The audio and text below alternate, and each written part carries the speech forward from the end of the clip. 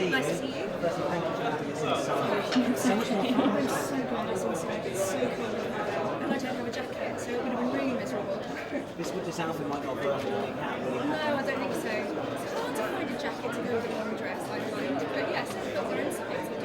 I'm nodding like I know. There's all women out there. We'll understand. Yeah, absolutely. This film is very tricky to talk about on breakfast TV. Hello, hi. Thank you. Thank you very much.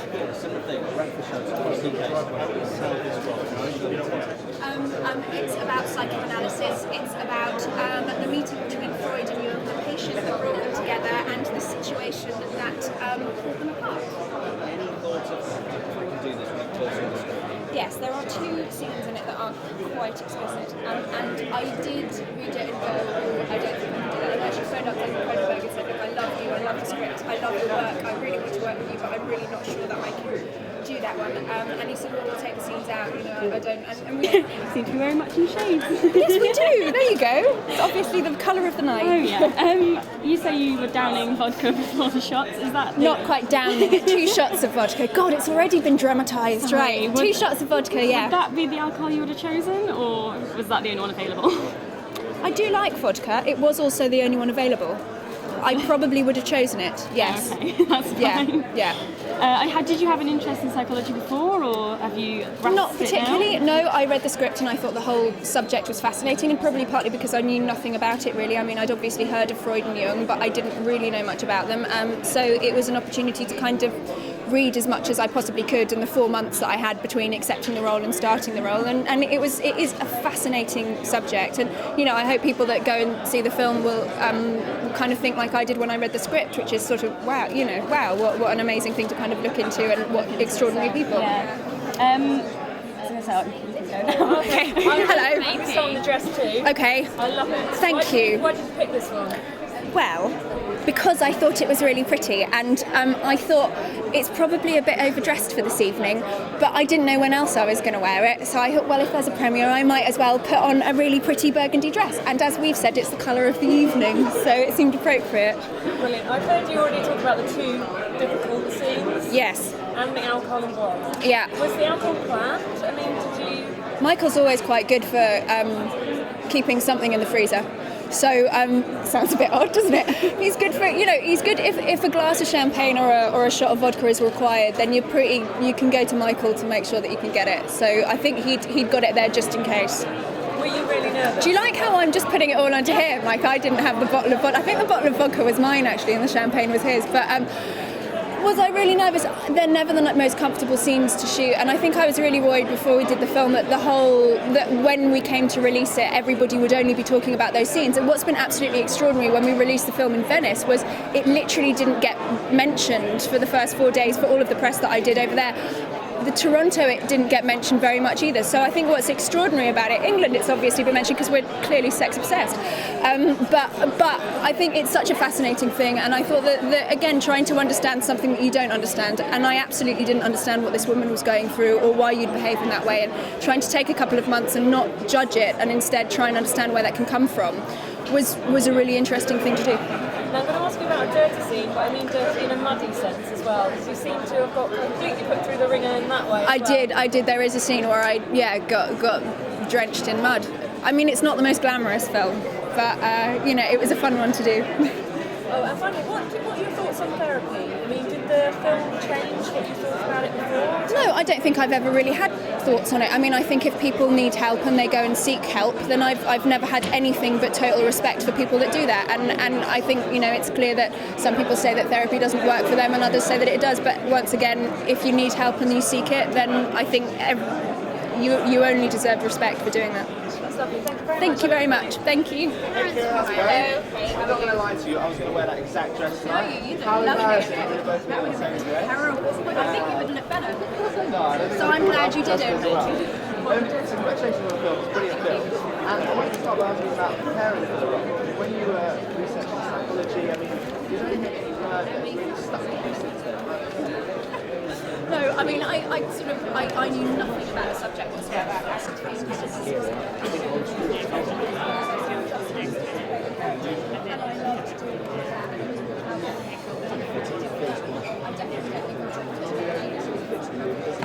Great character.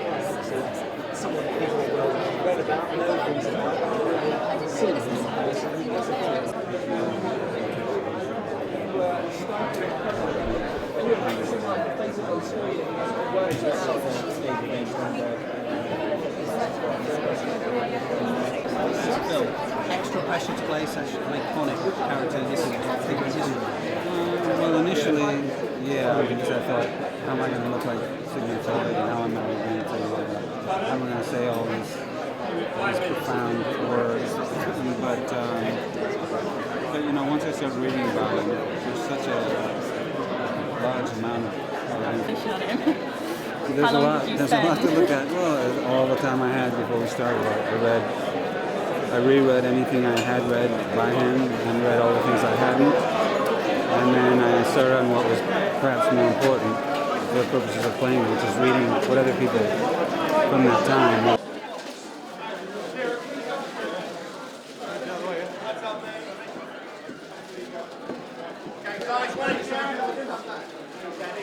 Straight ahead for me, straight ahead, right down the middle here. Nice big scrub, all of it.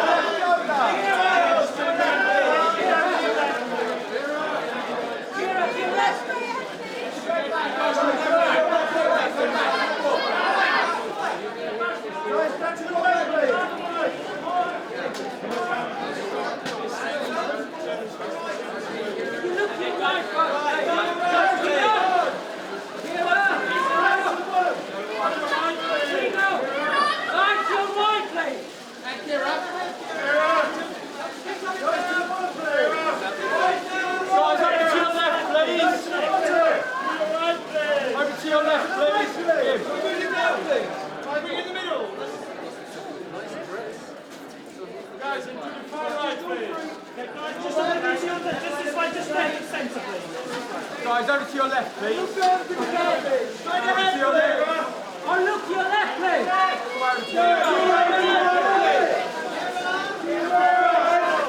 This one here, guys. This one out. Just one down, one more spot. Guys, touch the box here. There we go. Let's go. Just there, please. Really close together. Straight ahead, please. Nice big one. Guys, straight ahead. Straight ahead, please. Straight ahead. Guys, you're covering the bottom here. At the bottom, guys. Come look this way for a second, please. And straight ahead. Look down, sounded expensive. Overalls and a cap.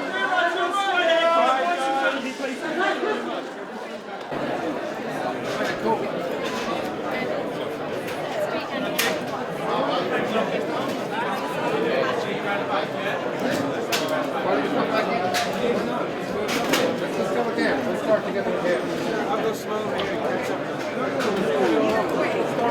going to go back down together, dueling it out. He might catch up. Okay, alright, so how are you doing? I'm good. Glad to be here. So, what was the appeal of this role for you? I mean, obviously you've got a connection already with David. Yeah, well, that was a big part of it. Is getting to work with David again was very tempting, but also the script. I mean, Christopher Hampton's script is a wonderful script. I think he should have been nominated for every award this year for his screenplay. He wasn't, but he should have been. How about the story and the role that you were playing? What was the appeal there? Well, it was a challenge. I mean, it was probably the biggest challenge I've had as an actor in some ways, because physically I don't look like Sigmund Freud at any age, but we found a way to deal with that, you know, in terms of special effects makeup and have a nose that's different and eyes that are different and all that sort of thing. But the main challenge in the end was dialogue, was dealing with that much dialogue and making it interesting, But fortunately in researching I found out that he had a very good sense of humor, but he was quite witty, Freud, and by all accounts. So I tried to, infuse the dialogue with a little bit of irony, and that helped a lot. Tell me about working with Michael, because obviously... Insufferable. He's this year's pain in the ass, come on.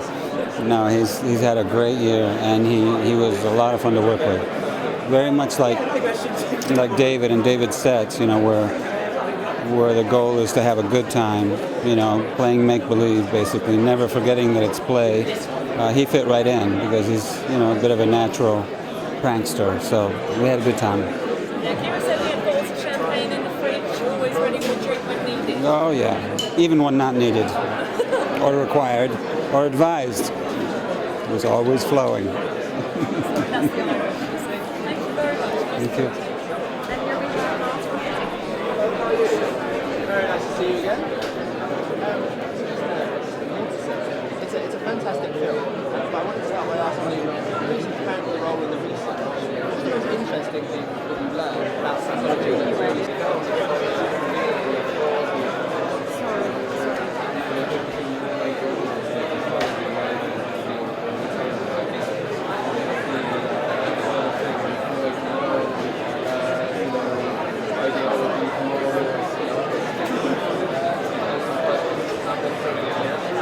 Michael, just give me a few words about how you're feeling about the year just gone and the year ahead. You've got to be in an amazing place right now. I suppose so, yeah. You know, really, you know, sort of my work kind of ended. Good, thanks. Good. How did you prepare for this part? I heard you didn't prepare that much. You know, just reading the script, really. Try and read up as much as you can about what's out there, and obviously there's a lot of material out there about Jung, written by himself and also, you know, by other people. So try and grab as much of that, read as much of it, digest as much of it, and then kind of deal with the script. You know, I spend a lot of time with the script. I try and read it close to 10 times a day for as many weeks as there is that I've got to prep it. So 4 or 5 weeks, and just live with the script, live with the character, you know, and that's it. You know, and then. Hey, how are you, Henry? Good, thanks. I'm going to ask you about alcohol as well. Okay. They both dropped you in it. Who's that? Viggo and Keira said it's your fault. You brought the booze in. I'm used to it, you know. I get a portion of the blame. You know, they're all involved. That I think it was actually vodka in Keira's freezer, but you know, who knows? She didn't say that. She said. Of course she didn't. She's a lady. Does it actually help to have a shot of Dutch courage when you're acting? What do you think? I don't know. I don't have to do sex scenes or anything like that. So Have you ever felt like nervous or uncomfortable and thought, oh, I'll just have a little shot of vodka? And yeah, but then I can't talk properly and I can't think straight. So it's kind of like a ceremony thing as well, you know, a ritual. It's like, you know, you come together with somebody and over a couple of weeks you have to sort of really trust one another. So it's not necessarily about the Dutch courage. It's just like together you have a little sort of, you know, cheers, and it's like good luck to one another. And, you know, it's about sort of, I suppose, a ritual together that you're sort of getting ready to sort of embark on. So it's something about a sort of team or camaraderie thing as well, you know. it's like bonding. Yeah, and I could have just said bonding, couldn't I? Just fucking waffling on like this. Okay, you made it sound very intellectual. Right? It's all bullshit. So while you're talking intellectual, can I ask you what you think about therapy? You know, I think, yes, I mean, why not? You know, I think we're all trying to figure out what we're doing here, and, you know, we're complicated as human beings, I think, in our relationship with ourselves, let alone with other people. So if therapy helps, then why not? I do think there has to be, you know, a progression. I don't think, you know, if you're in therapy for 10 years and you haven't moved forward, then sometimes perhaps it can become a bit self-indulgent. I think in our society of late, we've become very much preoccupied with the self. How can I be more successful? How can I be more attractive, as opposed to looking at the collective? And maybe that's what we're coming around to now. One question. Congratulations on your BAFTA. Thank you. Are you upset about the Oscars at all? Yes. I'm hoping. I wish you didn't bring it up, to be honest. It's like, you know, 3 in a row now. It's starting to get me down. You know, my life is charmed. There's nothing for me to complain about, to be honest, you know. So, you know, it's nice to get a pat in the back. I'd be lying if I said, you know, that wasn't the case. But I'm here to tell stories, and, you know, I'm very much happy about speaking to people, friends, regular, just everyday people that like going to the movies, and you know, the response has been amazing, especially in something, you know, like this, which is, you know, very sort of dialogue heavy, unusual in films these days, and then something like Shame, which is real and relevant to today, and you want it to affect people, you know, and have people sort of talking about it and provoke some thought, and I think that's what it's done. So that's the best we could have hoped for. So you're a winner, not the end. Oh, hey man, how are you? Oh yeah, that's what you said to me last time. You've got to come up with some new lines.